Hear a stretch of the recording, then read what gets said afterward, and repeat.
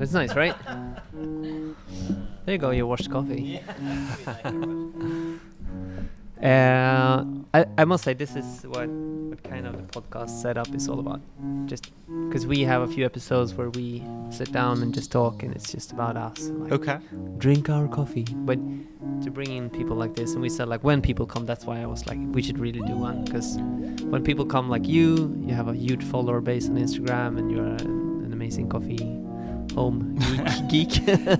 Just having fun mostly. That's Yeah, cool. I wish I worked in coffee, but I feel like just in the Bay Area, it's hard to make a sustainable living through coffee, It like is, right? where we live. Just gonna bring this a little bit closer. There. Before we started, we asked you who you were. Can you please repeat that? Yeah, my name is Josh. I'm mostly just like a coffee enthusiast for the most part. Cool. Lived in the States? Yeah, I live in Oakland, which is close to San Francisco. Nice. Yeah. And you're more than just home coffee. You kind of like going from 0 to 1 follower is one thing, and going up to 1,000 is another thing, and getting over 10K mark, that's another story. Yeah, I mean, I just really enjoy coffee. Yeah. I think that I enjoy kind of like geeking out, experimenting, and just trying new coffees. Maybe I put a little too much emphasis on just like coffee gear a little bit. But I think my primary focus has always been like enjoying coffee, like good coffee, or coffee that, shouldn't say good coffee that I personally enjoy, right? So I think coffee is very subjective. What came first? Because on your feed, you have great quality, and like it feels thought through. I don't know if it is, but it feels really thought through, like the color scheme and how you work and stuff. It was definitely coffee. Did the coffee or photo came first? It was definitely coffee. I think like originally I started out taking photos out of just a phone. Yeah. And then I had a camera laying around. I was like, oh, let me see if I can just incorporate my like taking photos and see how this would turn out. And then eventually I went from like a Sony APS-C to like a Sony full frame, like an A7R3. Yeah. And then I kind of started diving into it. And then lately I picked up a Fujifilm, and there hasn't been like turning back, and I've been really enjoying like the shooting experience with Fuji.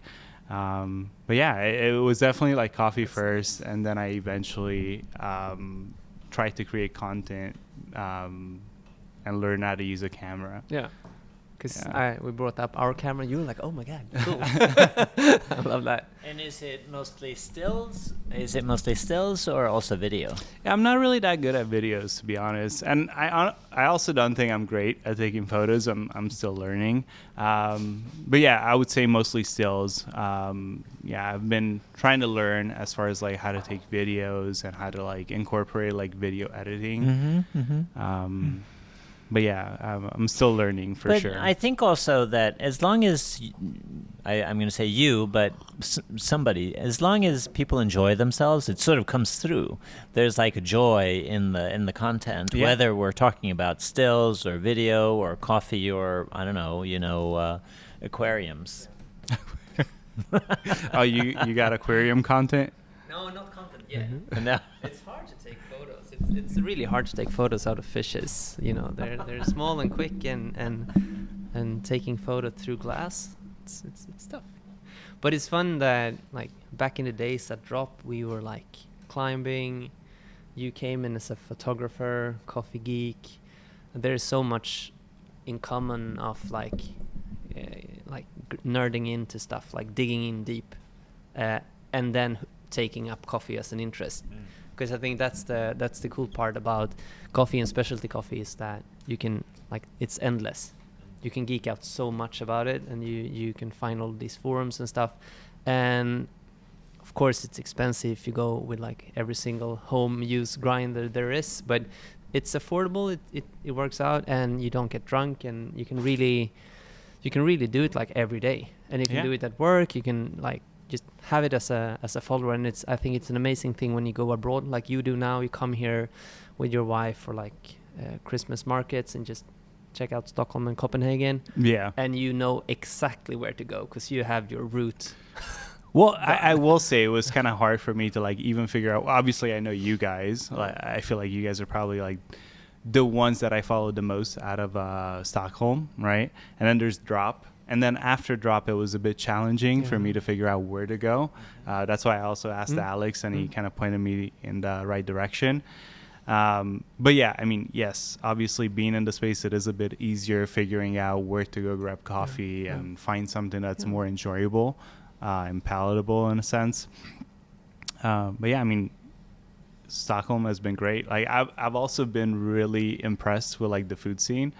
I never really had much Swedish food. It's been really good. Where have you been? I probably couldn't tell you the names of the restaurant, to be honest. Overall, like a good experience. Like the three-way herring. Everywhere I went, I feel like everywhere I went, there was almost kind of like the same types of meals. It was the same 5 or 6 main courses, but they were all really good. It was like the fish soup, the Swedish meatballs, and a few other things. And the three-way herring was just amazing everywhere I went. And yeah, I've been eating that. Today I had the fish soup, Swedish meatballs, but I could really see myself like coming back eventually, maybe like in the summer. And yeah, it's kind of visiting two again. different cities, like summer and winter in Stockholm, of course. Summer is very nice, but I think if you're kind of lucky with the weather, now it's sunny for the first day in months. So, where were we? Yeah. So I have a question. So you were talking about how you went from like exploring natural processed coffees and then more washed coffees, but lately a lot of gear, grinders in particular. Tell us a little bit about that journey and like end up where you are right now. I mean, I wouldn't say I'm a huge like gearhead. There's definitely like people where I live locally that have a lot more gear and enjoy gear to a much greater depth than myself. I still commute to work like on a daily basis, so most of the week I'm at work and all I use is like a easy presso grinder, right? But then when I'm home, I got like a bunch of like flatbed grinders that I personally enjoy. Like I have like a Lagom P64, and that's kind of like my main grinder for filter at this point. And then for espresso, I'll use like a few different grinders. But then I also have like an X54 with ditting burrs that I really enjoy for filter as well. It kind of really depends like what I'm in the mood. I typically tend to gravitate toward like tea-like with high clarity brews. But that really comes down to preference. I think some people will like more body and just more complexity in their brews. But for me, I really enjoy kind of the more pronounced flavor clarity. And it's one thing with like what comes out in cup, but with a passion as yours, like the grinder itself must be something as well, right? Because if you have like different grinders, like I think in a sense it's like the thrill of the chase, right? Like I enjoy exploring. Otherwise things kind of become boring a bit, I would say. Like I do have a bunch of hand grinders, and as much as I have a bunch of different hand grinders, I typically mainly use one at this point. Like when I go to work, I'll tend to grab my ZP6 and just brew off of that. And if I don't have that, I have my K Ultra. And now I'm buying a Comandante off of one of my friends. But most of them just kind of stay on the shelf, and I'll use like one or two, kind of like drippers, right? You'll tend to use like one or two main ones, but then you end up collecting like a bunch of these drippers that they serve the purpose at one point, but they no longer kind of like serve a purpose in your current rotation, right? And I really think like what you said, the chase is so spot on. That's kind of what specialty coffee on this level is all about. Because if let's say you find your favorite coffee, and if you find that within wine, you can probably like buy 60 bottles and you can just age with them or something like that, and you can buy the next yield or whatever. But with coffee, I think it's really like there's always the next cup. Like you can always brew another one and change. Oh, this will be like the last year. Maybe not. Maybe it wasn't like. So the chase is really spot on what specialty coffee is all about, I think. And even if you go to like other coffee bars and stuff, like there's always another one. You can go to Copenhagen and find a few others, and then you just keep So on. I'm going to ask you guys a question. What keeps both of you interested in specialty coffee? Should I start? Yes. That's a good question. I do love flavors. I do love acidity. I'm a huge acidity geek, and I think that is something to just hold on to within specialty coffee. Just the search for that next coffee. I'm also a huge e-commerce nerd, and combining those two into now 15 years of being able or blessed to work with specialty coffee is really what keeps me going. There's so much stuff to do and explore, and we don't have any coffee bars. We talk about it a lot, so why not? Like there's so much stuff to do, and when we started Standout, I could really fulfill all of my kind of dreams within coffee, because no one could say no, you can't do jars, like only Alexander, but I don't listen. So we can just focus on super high quality and really have no boundaries. So to be able to explore that and also like fulfilling my geekiness, truly, because I've been playing tons of computer games. I've been doing like all from Magic and Warhammer and all like super geeky Dungeon and Dragon stuff. So I have this like geek in me, and to be able to like throw it all out there on coffee and e-commerce and whatever we do, like now it's video editing or the podcast or just having fun, because people ask me like, do you know a lot about wine? And yes, maybe, but in some cases I feel like sometimes I see my creativity and geekiness as like a pile of clay, and when you take stuff from it, like you take stuff out of it, and then it's like drained, and then I refill it by training or something like that. The same thing within fishing. I do a lot of fishing in Sweden, and then you can go fly fishing, like the long ones, and it will take millions of hours and a lot of money and very much of that geeky thing I have. And for me, it's like, no, I don't have that capacity. And I think same thing with wine. It doesn't really stick on me. Like within coffee, whatever I drink, whatever I taste, it just sticks. Like I remember it. I remember the flavors, almost everything about it. But wine doesn't really stick. I think my capacity is full out of the geekiness. But that's really what just keep me going. So it's like, I have a few things that I just do, and I do it on a regular basis. What is it for you? And now Oscar is transferring his Rubik's Cube and magic geekiness to his son. Yeah. Very nice. But no, for me, I'm also, I think that's a trait that we all share also, Veronica, that, we're the type of people that you sort of find something that sparks your interest and then you're all in. And for me, it was always, from 15 years ago, very much about the sensory aspect and exploring. And I love the phrase you used, sort of the chase or chasing the dream, because it's so true where, you brew a coffee and it's amazing. And then you're like, but what if I change this one parameter? Right. And then it's even better. And then you're like, yes, but what if I change grinders? Yeah. Or, and so on and so on. But then it also became very much about community. So for me, it was very much about like exploring the local Stockholm coffee community 15 years ago, very much through online forums.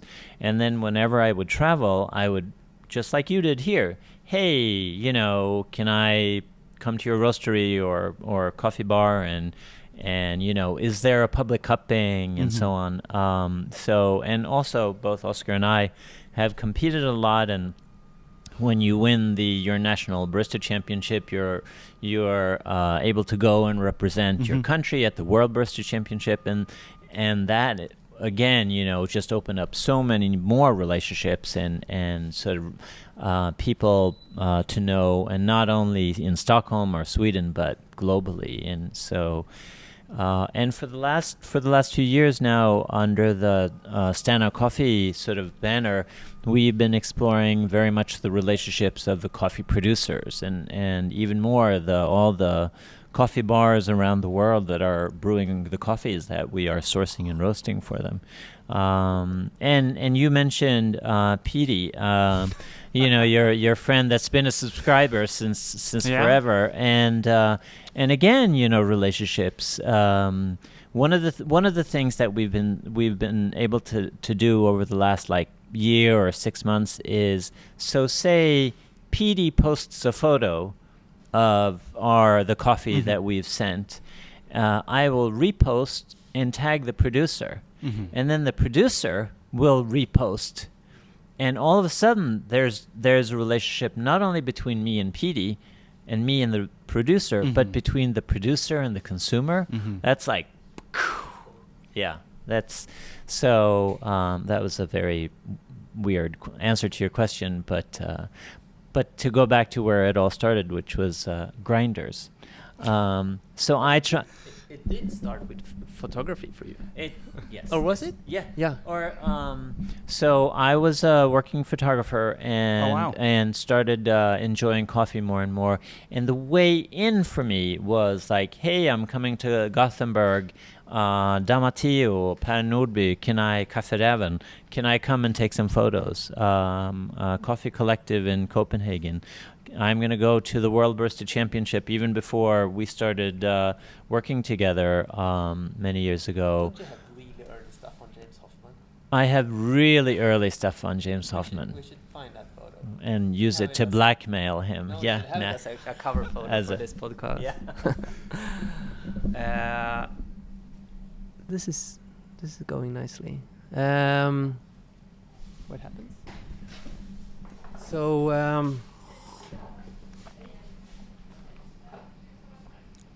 okay. What coffee do you have now? Was it the Garçon? The Garçon Yeah. Collective. It's nice. What do you think of this coffee? This is actually really good value It is.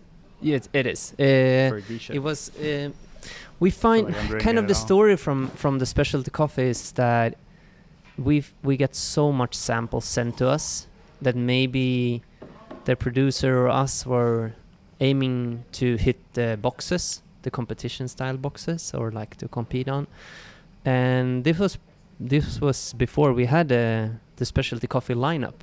So we kind of talked about coffees that hit the zone between specialty, top range specialty on the market, and competition style. Competition style was something that we and others maybe started talking about as a coffee scene. And I think this is the true showcase of a coffee that really hits the zone between specialty and competition. It has, as you say, a good price, a value, a good bang for the buck, and it's also it's aerobic. Have you seen fermentation? It's not anaerobic, it's aerobics.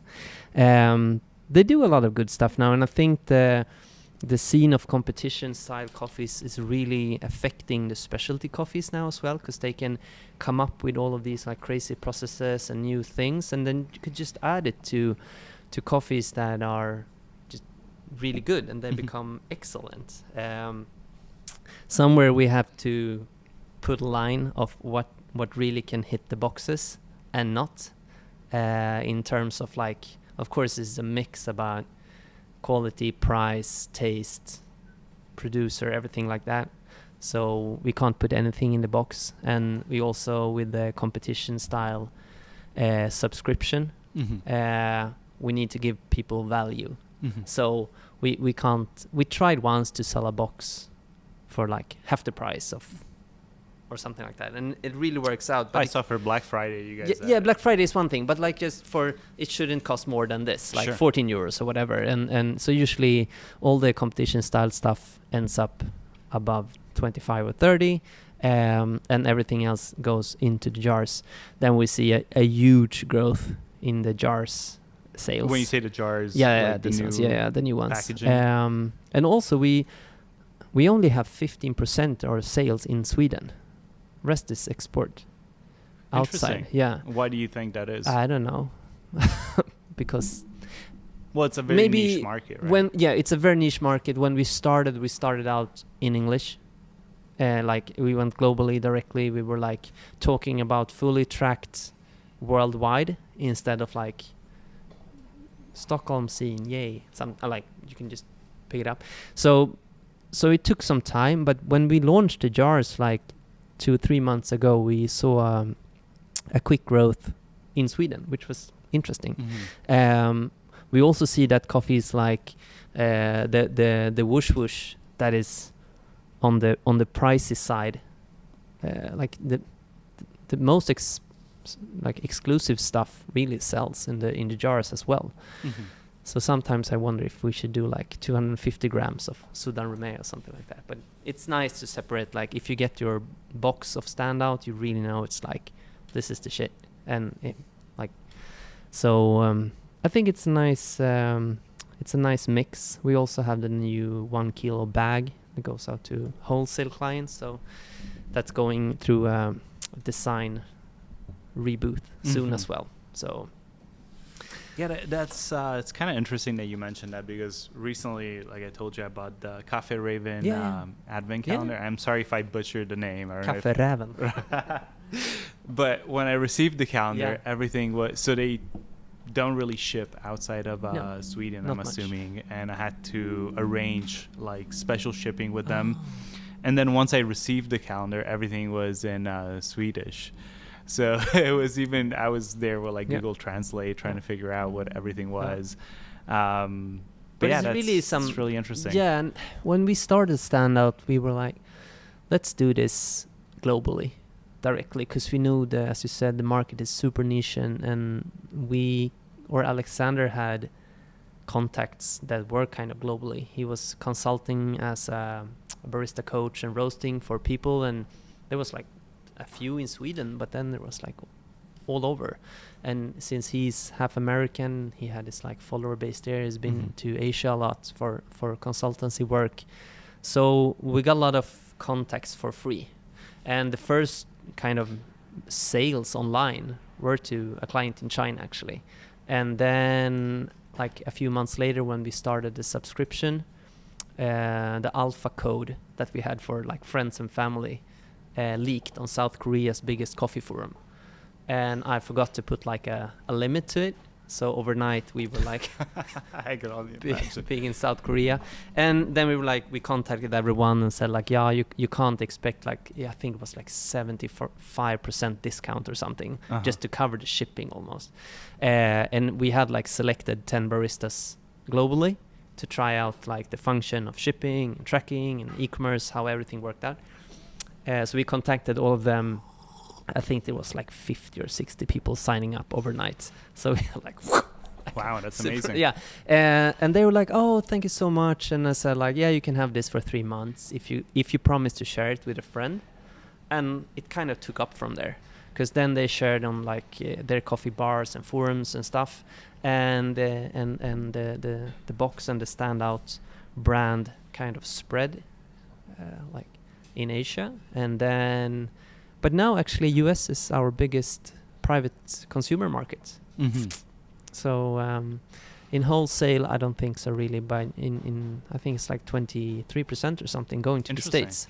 And I think the shipping is quite fast and reliable, even though it's like the Swedish postal company that everyone hates on in Sweden.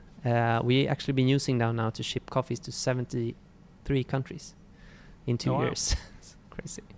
So it really works out. And I think, yeah, and that's why I'm like, I think this is so fun, like the e-commerce aspect of it, to make automations and make everything work out like with customs. And so in the end now, when we pile up orders, we don't really think of where it's going, because it's kind of the same.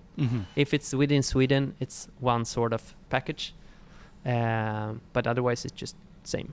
So then of course it takes a little bit longer time sometimes, and some destinations don't really work, but then we have UPS on all the big shipments.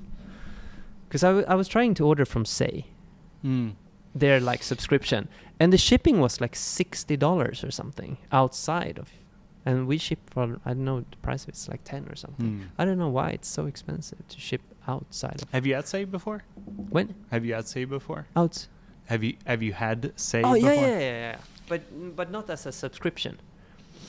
I see. Yeah, we ordered like. And you guys are often in New York as well, right? Yeah. So shipping is it's a world.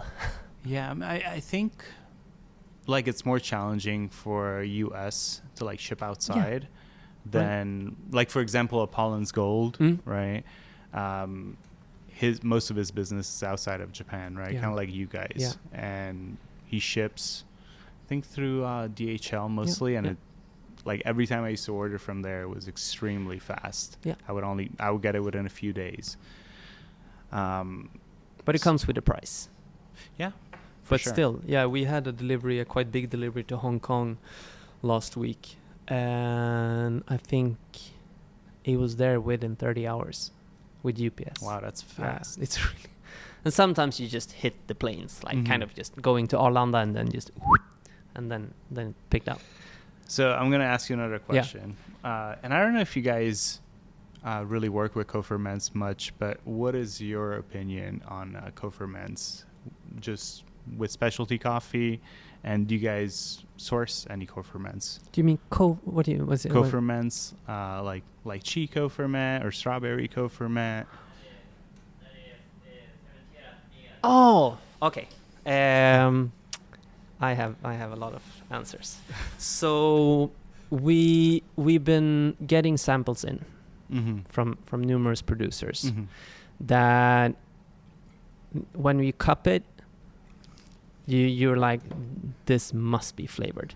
So I call it flavored. That's why I was like, co-ferment, what is that? Illegal. Yeah. And it's an interesting, very, very interesting discussion. We had it as a topic a year ago because we shipped one of our subscription months as a mandarin peel infused coffee. It was delicious because it tastes a lot of mandarin peel. Sure.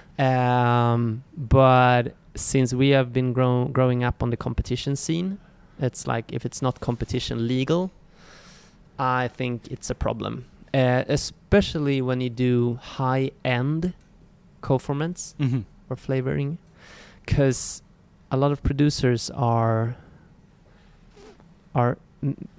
doing it. They write it kind of in the notes, but it's very easy to miss. And if you're not skilled and trained as a cupper or a coffee connoisseur, it's easily just like, this is a mind-blowingly good coffee. It outtastes everything I ever tried within the competition scene. Sure. And that's bad, because then all the geishas and the whooshes and all the amazing processes and stuff is kind of watered out, because the big market is eventually just gonna drink like flavored coffee. So I think it's an interesting discussion. I don't think we should push the producers to do it more, because I think it slips through easily. And just being like, this is an amazing coffee from this producer, and it tastes lemongrass, and everyone is like, oh my god, it's so good. And no one really talks about it being co-fermented or flavored. Rumor says that there was, I don't know, but there's numerous competitors in the world that are like vaguely not really telling the truth. Is it fermented or flavored or added? Because it's so hard. Like, oops, I dropped a cinnamon stick in this steel tank, but no one really knows, and now everything tastes kind of cinnamon, and it's amazing. What's your take on it? No, I was going to ask you a follow-up question. I guess, like, as a coffee enjoyer, right? 'Cause obviously, you're in the coffee business, but you also enjoy coffee. Do you think that should matter? Flavoring, or within the competition scene? Yes. Well, yeah, like aside from that, or just like as an enthusiast as well. For me, it just tastes too much. So it kind of ruins everything. It ruins the palate. It just takes over everything. But if it's really hard to tell if they do it just for a percentage or two. like if they go all out strawberry, of course Yeah. it will taste a lot of strawberry, but if they do just a dash, then so I think that's why I don't think we should. Is it Black and White that does like a flavored lineup of coffees now? I mean, you know what? Honestly, I'm not sure. I think Probably like, they sell processing like has hell. been evolving like Yeah. so much. Yeah, and it's- probably they sell so much because the biggest concern for us is to convince people to like specialty. Sure. Like get into specialty. It's so amazing. You have all these flavors and these tactile nuances and acidity and blah blah blah. And the easiest way is just to give them a full out natural Ethiopian coffee and be like, taste the strawberries and Sure. cherries, and they're like, I love specialty coffee. It's harder with the Garçon Collective semi-washed geisha. It's like tighter in flavors. It's harder to put flavor notes on it. Sure. And then it usually could end up for people new to the business like weak or tea-like, and this is not enough. So of course, if you do like fermentations with flavors, it's really easy to convince someone to try specialty coffee. Yeah, it's Like, also really easy to. do you like extract. bananas? Try this one. Yeah, you know what? I actually had that recently. Like something that tasted like a banana rum cake, Yeah. and I mean, it was just way overpowering, Yeah. right? But yeah, I mean, I wouldn't what's say your, like have an opinion yeah. on it. Obviously, I don't really enjoy much co-ferment No. at home, but yeah, I mean, this is not something I would personally purchase. However, if somebody brewed me a cup, Yeah. I would drink Yeah. it unless it's like Yeah. awful. But then on the other side, like a 700 fully anaerobic, We're extra almost in the everything. co-ferment stage. Is that flavoring? Yeah. I don't know. It's like, it's a lot. So no, I shouldn't. We won't. We don't buy anything, and we did it once, and I think it hurted us more than it Interesting. was good. If you want to do like a separate lineup of flavored coffee, but you really need to be very transparent about it and really tell the truth, because it's so easy to just grab a cup and let's say you open all our jars and one is flavored. I think 98% of people, if you just bring people in from town, would choose the flavored one. I think so, because they're like, wow.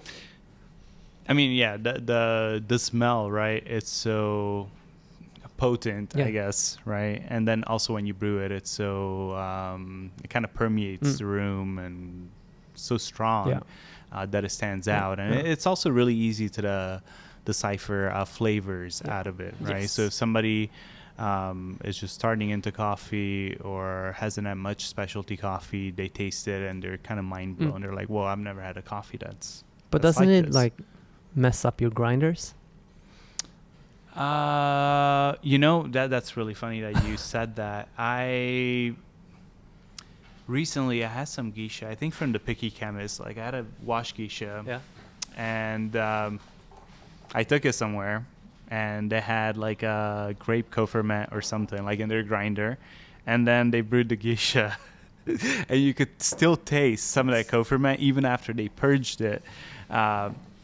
I don't know if it messes up the grinder, but you definitely got to purge it for quite a bit before you get all that flavors, all those flavors out. You kind of need to flush them out. Yeah. So that's another problem maybe. Yeah. But does your like your coffee forum community send because probably people send you questions and like, what do you think of this? And do they send like co-ferments to you and like, you have to try this? So there's definitely a lot of people that enjoy it, like just within the community, and there's also roasters that I respect that will have lots that I like Jensen 101 washed, right? Or some Carmen Estate washed, that's really nice geisha. And then they'll also do like strawberry co-ferment that's complete on the other side.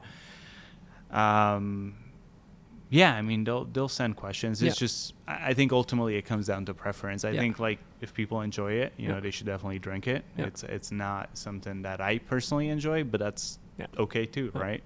And people mix coffee with milk, Yeah, or oats, I mean, or whatever. So why not like flavor it in you some went other way? there. Yeah, you end up there.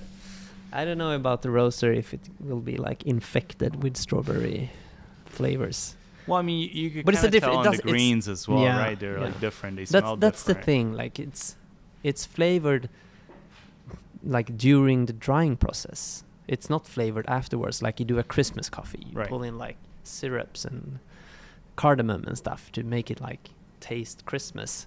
This is like kind of flavored on the farm. It's infused. It's infused, right? Kind of. So I don't know where can you pull the line if you have like a coffee tree and you water it with like, I don't know, let's say Coca-Cola for like a year. Will it taste Coca-Cola? I don't if it works. Probably. If it works like that, is that okay? Like, it takes up like whatever you find in the soil and everything. So I mean, I I don't know. guess it's okay to, depending on whatever rules you Yeah. build around Yeah. it, right? Yeah. Like, if there's no rules, then it's Yeah. okay.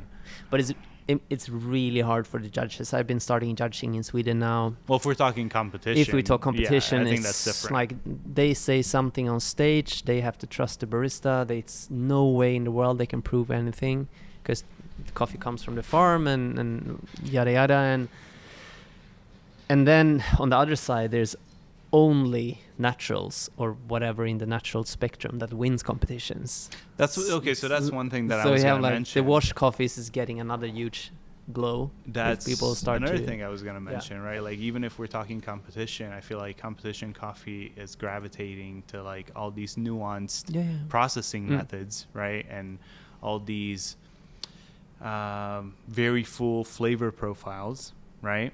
And it's kind of washing away some of these more delicate coffees, Yes. right? It does. Because in a competition world, you have to punch through.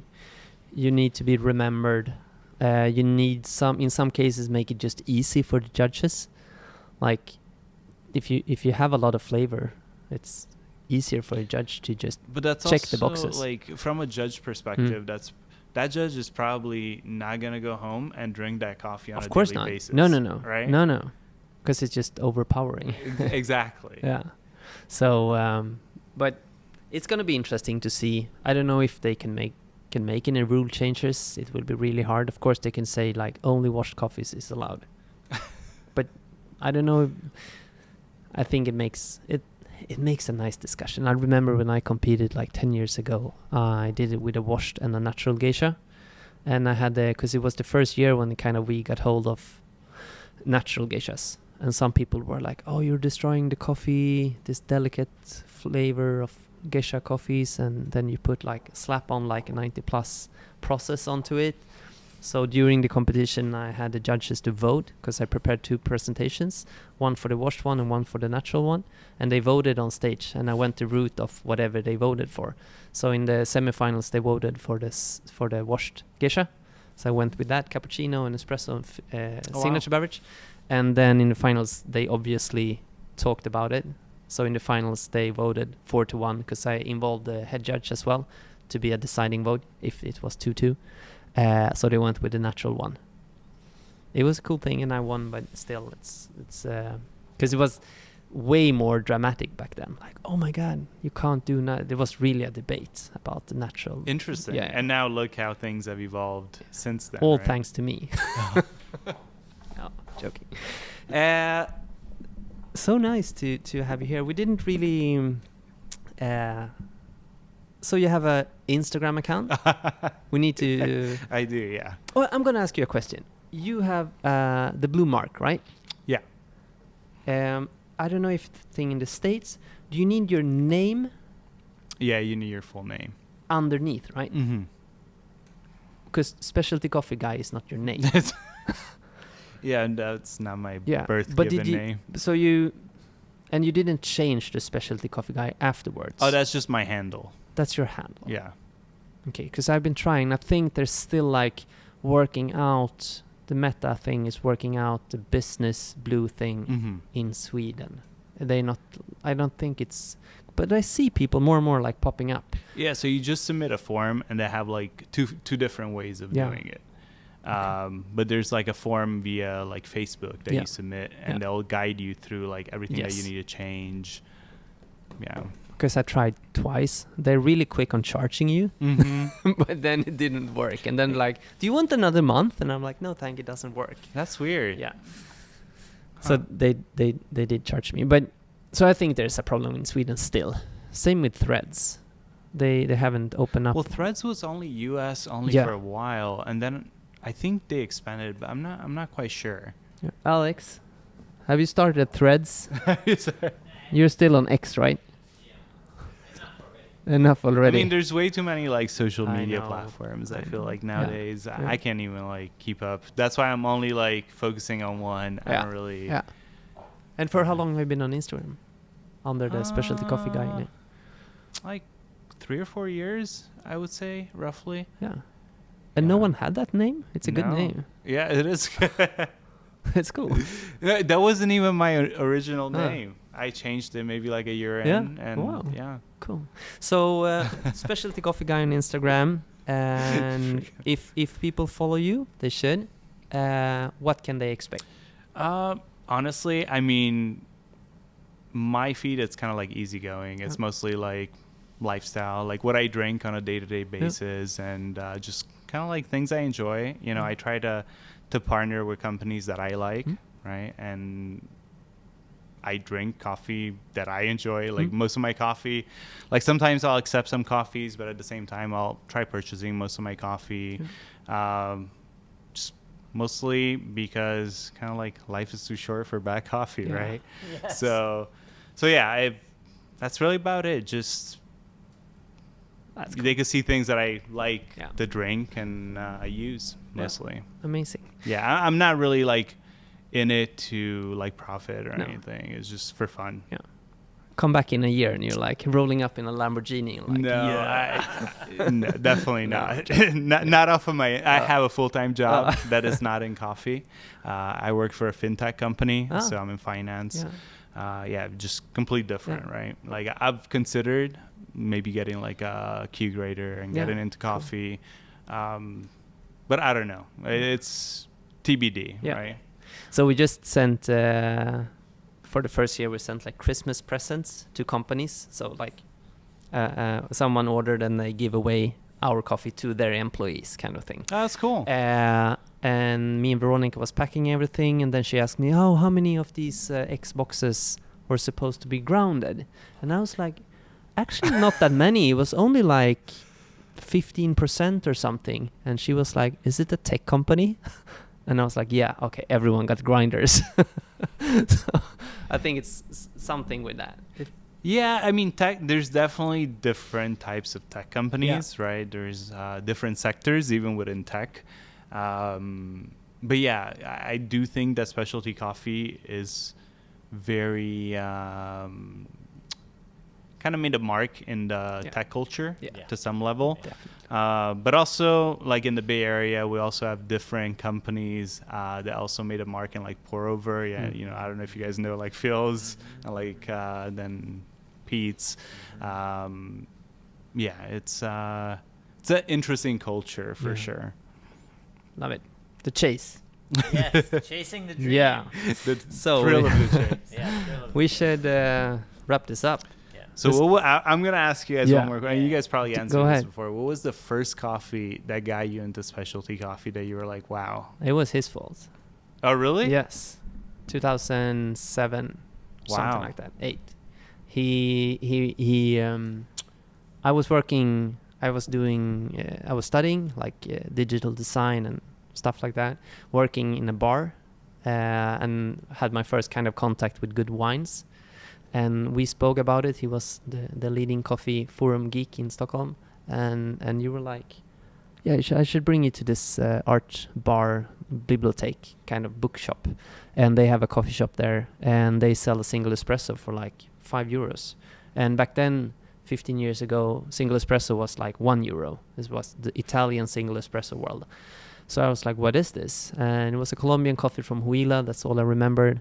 Wow, in 2007. Yeah, something like that. And it kind of like changed my perspective of how coffee can taste like.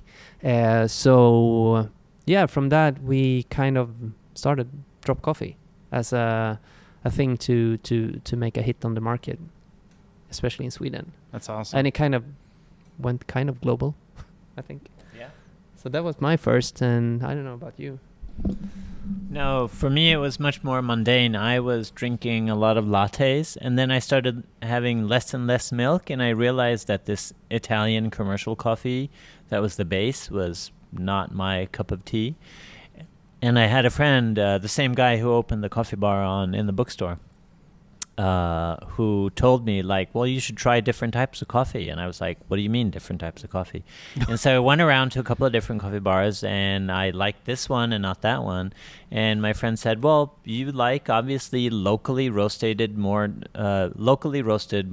Nordic style roasting, high-end specialty coffee. So that's what you should start exploring. And I, much like you or like Oscar, went like all in and started digging this hole of coffee geekery, and then I was like, wait, I can keep digging forever. Yeah. Interesting. All right, I got one last question. How do you feel that Nordic roasting has evolved since you've been in the coffee world? Well, so I think that Oscar and I are very much sort of part of the Nordic roasting scene for the since 2009 or 10, and honestly, I feel that the way we were roasting 13 years ago was a little bit light. You know, in the beginning, the Nordic roasting style was all about, like, we're not dark roasted, and it was almost like a competition, like how light can you go? And then over the last decade or so, I think a lot of Nordic roasters are exploring more solubility, more developed coffees, just tastier, sweeter coffees, and that's, you know, in a good way. And I think that we sort of roast the coffees the way we enjoy them and the way we think they should be. But also there's a lot to be said for by roasting the coffee a little bit more soluble, you make the life of the home barista or even working barista a little bit easier. So it just tastes great, you know. I really like spot on. Like, I think and I say as a former drop coffee, we were so afraid, and everyone was so afraid of being anywhere compared with anything dark roasted. And there's like zero vocabulary between a light roast and anything else. It's like light roast, and then there's like medium roast, no way, and dark roast is just, that's Mordor. That's like the worst thing you can ever experience. And I think that was such a big foundation, and everyone was so scared, or not scared, like proud, like we are doing this so light, and the pressure on the baristas and the poor customers coming in and like, yes, this was very good. Super.